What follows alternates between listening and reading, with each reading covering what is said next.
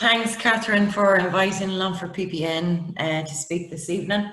The whole wellbeing process was so beneficial to Longford PPN, and I'm just going to go through a few things that we did since we developed the wellbeing visions. We started the process in March 2018, and we got the visions for the municipal district and the county adopted at the county plenary in June 2018. So the first thing after that was we produced this booklet, and we added photographs. There's an exercise, and I know Harry had mentioned it. It's the first part of the wellbeing consultation, and it's about asset mapping. And it gets the groups to look at what's good in their village or their town. So I would advise you, if you have, nice photographs of lakes or historic buildings or whatever it is, the groups are proud of. It's really important to kind of put it into the Wellbeing Vision booklet, because it is a bit text heavy, and then present it everywhere you can. So we gave all of the groups one of these booklets, all of the councillors. I presented at the LCDC. I would say for the LCDC to be mindful of who your audience is, because the visions are brilliant. There's so much is covered, under the 6 headings.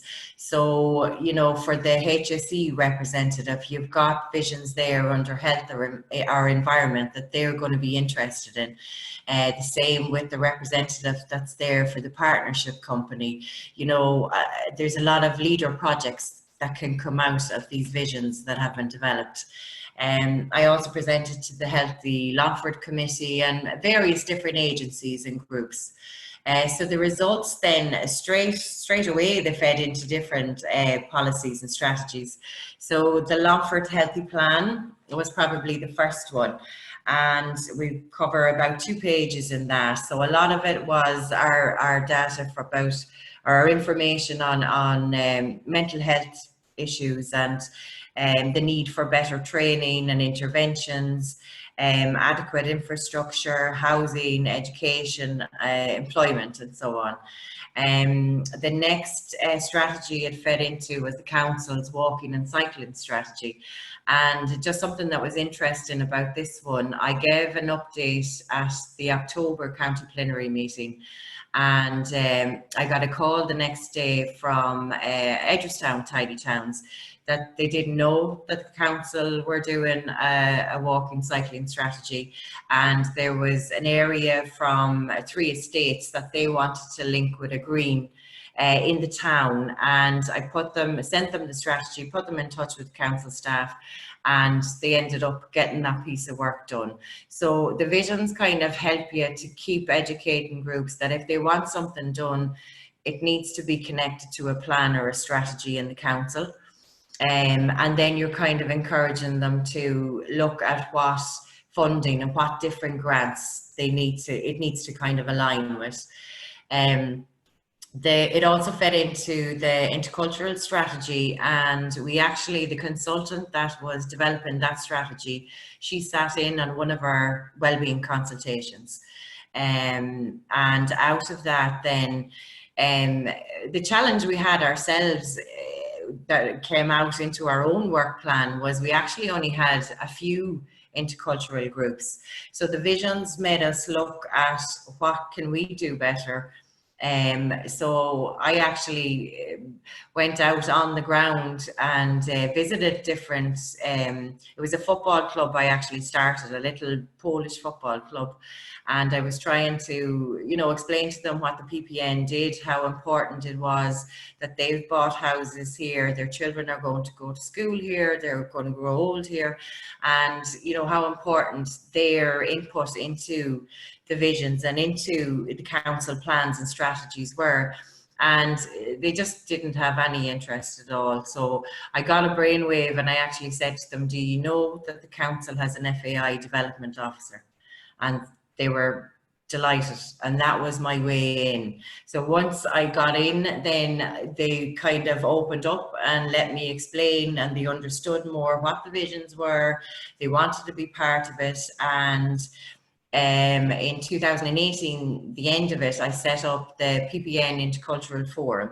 So I went from having 2 intercultural groups to now having reps from the African, Indian, Pakistan, Polish, Latvian, Lithuanian, Brazilian, Libyan and Romanian communities on this PPN Intercultural Forum. So like, that's what the visions do. They make you focus, they make you look at what the groups want and how it can feed into your own PPN work. So I run that PPN Intercultural Forum with the AO in the community section of the council, so that the different reps from the communities, they can raise the issues. So it's not just me trying to help them, it's a member of the council as well.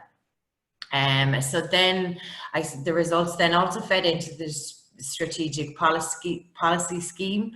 And to give you an example of how that worked, the council were looking for 8 reps on the 4 SPCs, and we had, you know, we wanted 3 extra, and say for one, for the infrastructure SPC, the council were looking for a community voluntary rep and an environmental rep.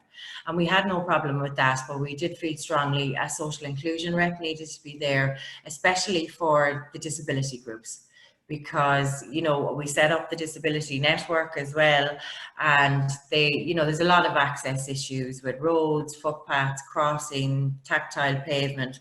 So we were able to use the wellbeing visions again, because in all the municipal districts, the groups really ranked accessibility and, you know, supporting people with disabilities to be able to go about their daily lives as easy as possible. So our submission went to the corporate policy group, and we ended up getting the exact amount of reps we wanted. So that's just another example of how we used it. The same for the corporate plan, because when you finished your visions, for those of you that haven't done them yet, like the council's corporate plan should really reflect exactly what the visions are about, because that's what the council, the different sections of the council, they're working to, you know, give the community the future they want and the place they want to live in. And the county development plan, but I'll touch on that in just a second. So this slide then is just really all about, you know, how the visions guided our work plan. And the first thing we did after we had our booklet was we asked Harriet to come back and deliver training to our PPN reps. And that was really so they could translate the visions and bring the community priorities to the different committees that they sit on. So Harriet developed this digest. It's absolutely brilliant. And I don't say that because she's sitting here, but when you look at the visions, they are quite high level, but the digest, it numbers the different bullet points under each heading, under each municipal district. And it guides, it's so that the reps can look at the visions and quickly pinpoint when they're making a case at, you know, whatever committee they're at, that, you know, this fell under health, but it also fell under environment, and it also fell under social and community development. That's probably a little bit hard for people who haven't created their visions yet to understand, but I would say to you, once you've developed your visions, do this piece of work with your reps, because it really does help them. Sorry, Siobhan, can I just interrupt you there? You have 5 minutes. Oh, sorry. Okay. Yeah, just during that training, I'll give you an example of some of the things that came out that became actions in our work plan. One of the reps that was there, she was sitting on one of our committees, and she just said, Siobhan, biodiversity is in our wellbeing visions, but if you look at all our tidy towns group, in the last few years, not one of them has increased their points under the biodiversity section. So I took that back to the Secretariat, and what went into the work plan was we brought in a consultant. He did one-to-one clinics with each tidy towns. So he was able to give them that dedicated time to review their entry form and give them, you know, the advice that they needed for their particular tidy town. So last year, all of them increased their points. So that was something that was in the PPN work plan that we could feed back to the groups that was like, had a good outcome. I'm conscious of the time now. So we did a collaboration with Longford Chambers of Commerce, because I said all through the visions was about accessibility. And the first meeting I had with the chair of the Chamber of Commerce, I said to her, do you realise that 200 staff and clients from St. Christopher Services are leaving Longford Town every week to go to Athlone, because Athlone, the shops and restaurants and everything else is more accessible. So when you use a figure like that, it really hits the person listening, you know. So she emailed out the shops, and we're still working on that now. The next thing we did, we used the visions for groups to develop their election mandates in each municipal district. Again, we had Harriet back to facilitate that. We didn't do a normal mandate, so we didn't choose to pick maybe five issues across the board. We actually we used the 6 headings, and everything that any of the groups had an issue with or wanted to raise, that went into the mandate. So it was ended up being kind of a booklet, but the councillors were delighted with it, and it's something we can track over the next 5 years. We also then early this year in February, we got Colette Bennett from Social Justice Ireland down, and she used the Wellbeing Visions to help the reps to use data to support their arguments or their proposals when it comes to the different committees that they sit on. Something interesting that came up in the next training was, because of the new SPCs, we brought our 11 reps together, and Colette again came down, and it was kind of to train them how to work together. So I'll give you an example of that. We had an environmental rep on the climate action SPC, and she was going to propose, because of our walking, cycling trails that we have now, that water fonts be put you know, in different parts of the trails. So what Colette was making the reps think of was, okay, so who do you need to talk to? You need to talk to the PPN rep on the infrastructure SPC, because we need to make sure that the infrastructure is there. You need to talk to the environmental officer. You need to talk to the planning section to make sure that this goes into the county development plan. So again, I just have to reiterate this. The visions make you, the groups, your reps, think about what plan does it need to go to? Who do I need to talk to? What committee does it need to talk to? What funding do I need?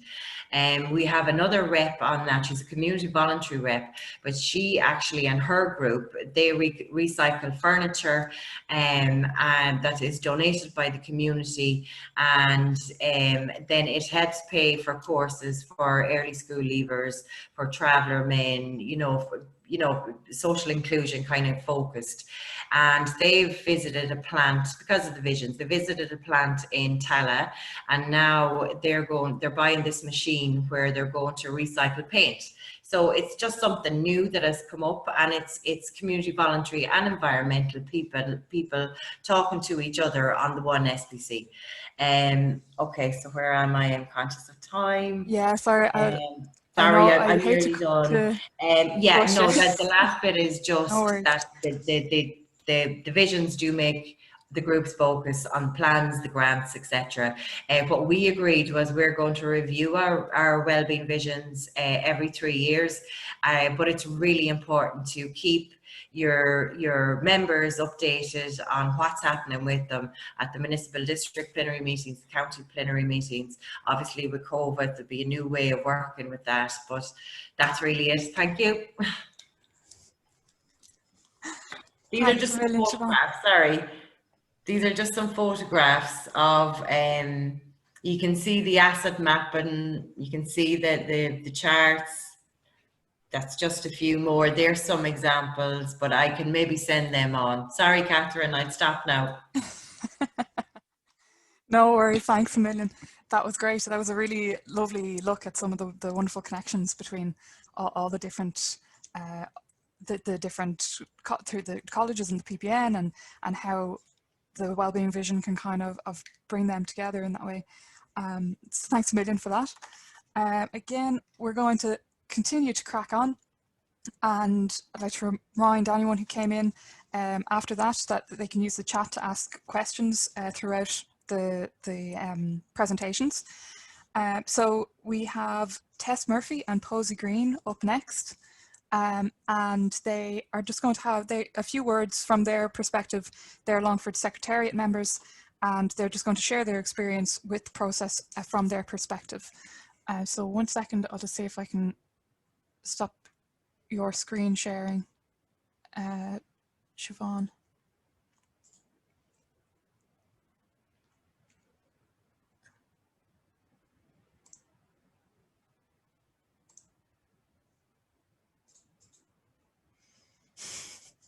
It's gone off my screen, Catherine. It's not on mine, Catherine. Okay, either. grand. I thought I've stopped it, I think. Yeah, that's it. Sorry, there's an end button, but I was afraid it would just end the whole meeting, so I was afraid to push it. Okay, brilliant. So Tess and Pozy.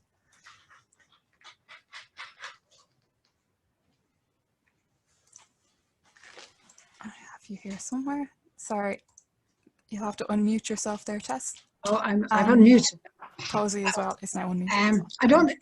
We hadn't rehearsed this together. We're not a duo, are we, Pozy? No, not this evening.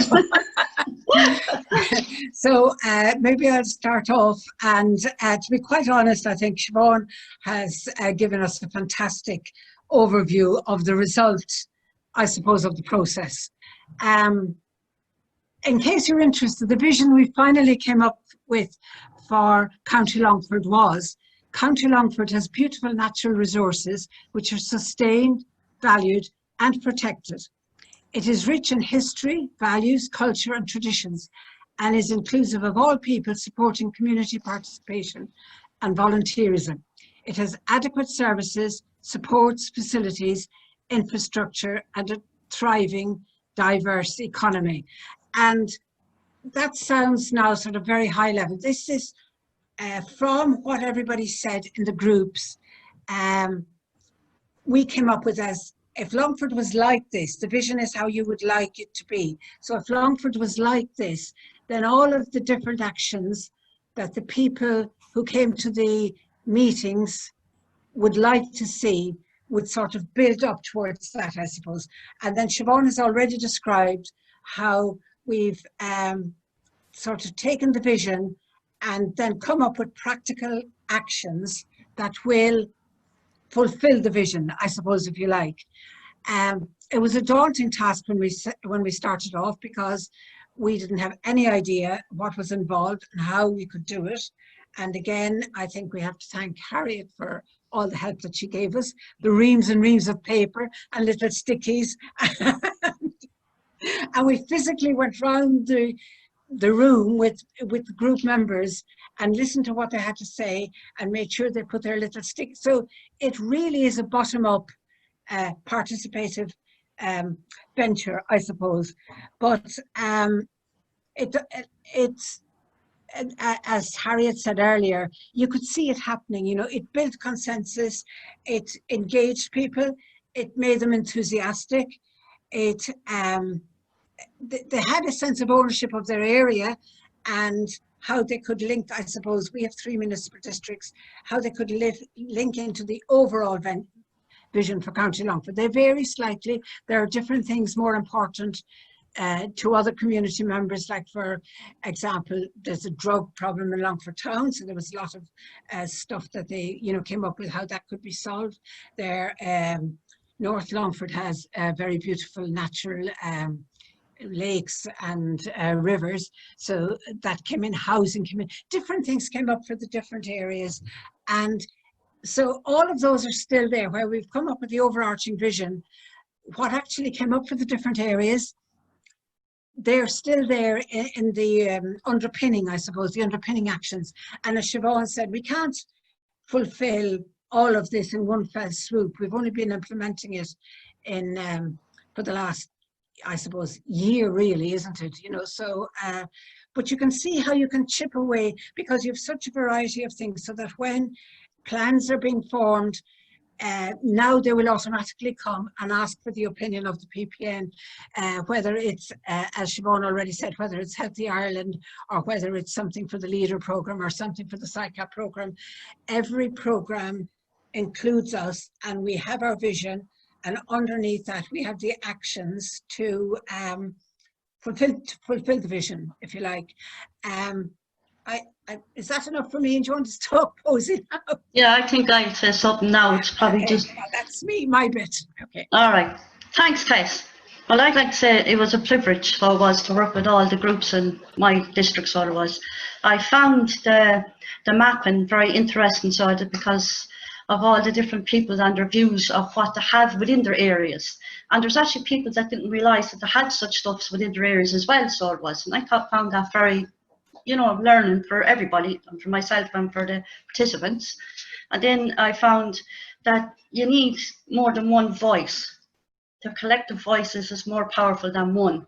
And to feed that across two groups was very powerful, it was, because to hear them coming back that it is good, that they're all one voice and has been heard and has been listened to. And to allow that conversation to happen, it was very encouraging, it was.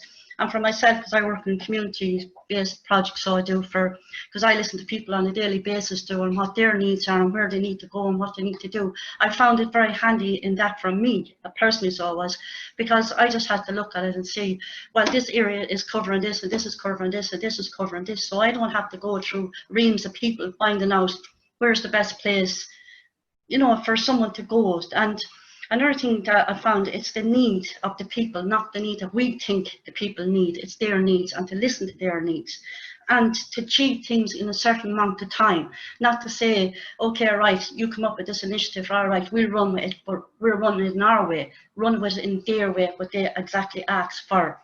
And that's giving people power, you know, to take ownership of their own area and ownership of what they have decided that they need. So the goals for people and the who, what and how, I think that is very, very important, and that comes across within the vision sources. So now I'm finished. Tess.